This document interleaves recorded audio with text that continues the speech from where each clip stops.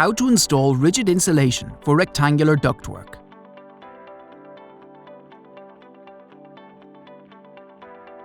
All our rigid insulation boards can be cut to size using a fine-tooth insulation saw or knife. Common cutting practice is to mark the size required, score the surface with a blade, then split along the score line. Apply insulation to the ductwork working from the bottom up.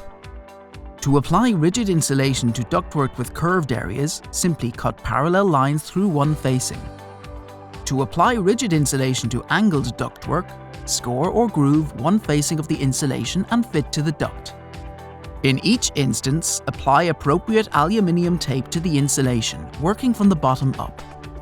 Where necessary, secure insulation with adhesives, mechanical means, or both.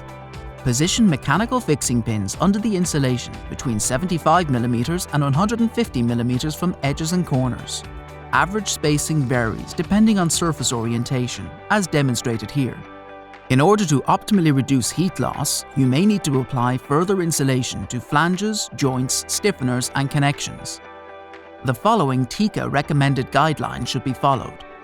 When the insulation thickness is at least 5 mm more than the size of the flanges, the insulation should be pushed tight on both sides. And apply additional insulation when there is less than 5 mm cover. When the flange is taller than the insulation, you should build the insulation layers up and around the flange to give adequate cover.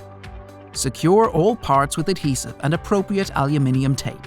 Insulated duct support inserts should allow enough room for tape application, be of the same thickness as the adjacent insulation, and be of suitable compressive strength to carry the transmitted loads.